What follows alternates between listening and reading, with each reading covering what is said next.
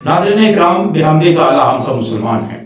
یہ 22 کروڑ مسلمانوں کی آبادی والا ملک خدا داد ہمارا پیارا وطن پاکستان، یہاں کی 98% آبادی مسلمانوں کی اللہ کو ایک ماننے والی ہے، رسول اللہ صلی اللہ علیہ وسلم کی محبت کے گیت گانے والی ہے، قرآن کی تعلیمات پر عمل پیرا ہونے والی ہے۔ ناظرین اکرام، یہ شریعت، اس کے آبجیکٹیوز کیا ہیں؟ شریعت ہم سے کیا چاہتی ہے؟ شریعت کے مقاصد کیا ہیں؟ نہایت ہی اختصار کے ساتھ آپ کی خدمت میں پیش کرتا ہوں۔ شریعت کے بنیادی طور پر 5 مقاصد ہیں۔ 5 objectives of شریعہ۔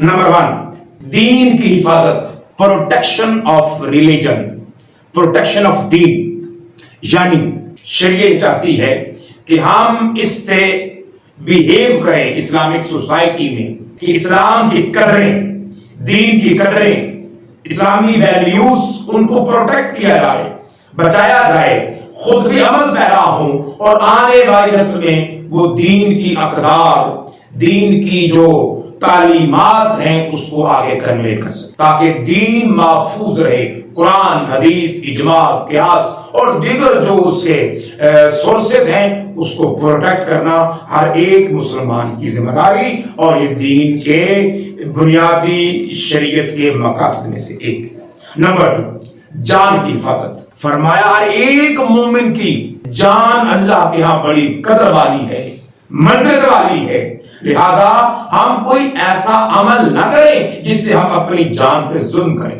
تو لہذا اپنی جان کی حفاظت کرنا، یعنی ایسے کوئی گیمز نہ کی جائیں، ایسے کوئی کھیل، کوئی مشغلے نہ کیے جائیں جس سے آپ کی جو ہے وہ صحت، آپ کی جان، جو آپ کا جسم وہ خطرے میں پڑ جائے۔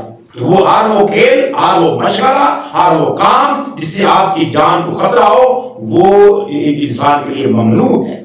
لہذا ہر صورت میں اپنی جان کی حفاظت کرنا یہ ہر ایک مومن کی ذمہ داری اور یہ شریعت کے بنیادی مقاصد میں سے ہے۔ نمبر 3، عقل کی حفاظت۔ جو اللہ تبارک و تعالیٰ نے ہمیں انعامات دیے ہیں اس میں عقل، یہ بھی بہت بڑا انعام خداوندی ہے۔ شعور، فہم و فراست، عقل کی حفاظت کرنا کہ اپنے آپ کی صحت کا اپنے اوپر زیادہ دباؤ نہ لینا، سٹریس نہ لینا کہ جس سے آپ کی عقل متاثر ہو، آپ غمگین رہتے ہیں۔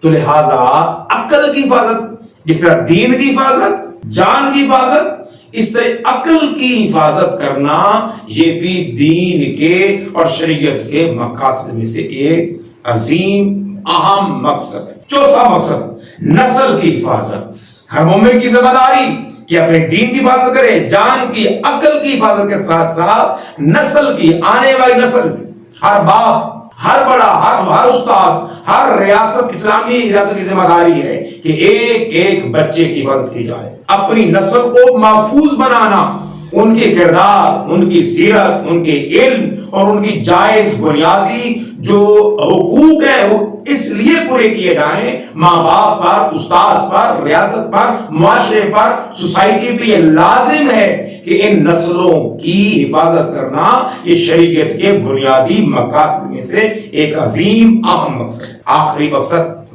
مال کی حفاظت ہے۔ اس اسلامی ریاست کی ایک ایک جو پائی ہے، چپا چپا اہم ہے۔ یہاں کے پہاڑ، یہاں کے دریا، یہاں کے سمندر، یہاں کے زمین، یہاں کے جتنی بھی اللہ رب العزت نے ہمیں منرلز دیے، معدنیات دیے، یہ درخت دیے، ہر چیز جس کو مال کہتے ہیں، جو مال کی ڈیفینیشن میں آئے گا، اس کی حفاظت کرنا ہر ایک مسلمان کی ذمہ داری ہے۔ اگر کوئی شخص جان بوجھ کر مال، پراپرٹی، جائیداد، بلانگنگز کو جو ہے نقصان پہنچاتا ہے، گویا کہ وہ مقاصد شریعت کی خلاف ورزی کر رہا۔ تو اگین، دین کی حفاظت، جان کی حفاظت، عقل کی حفاظت، نسل کی حفاظت اور مال کی حفاظت یہ شریعت کے بنیادی مقاصد میں سے ہے۔ اللہ رب العزت ہمیں اپنی ذمہ داریوں سے آگاہ فرمائے اور اس کو اگلے آنے والے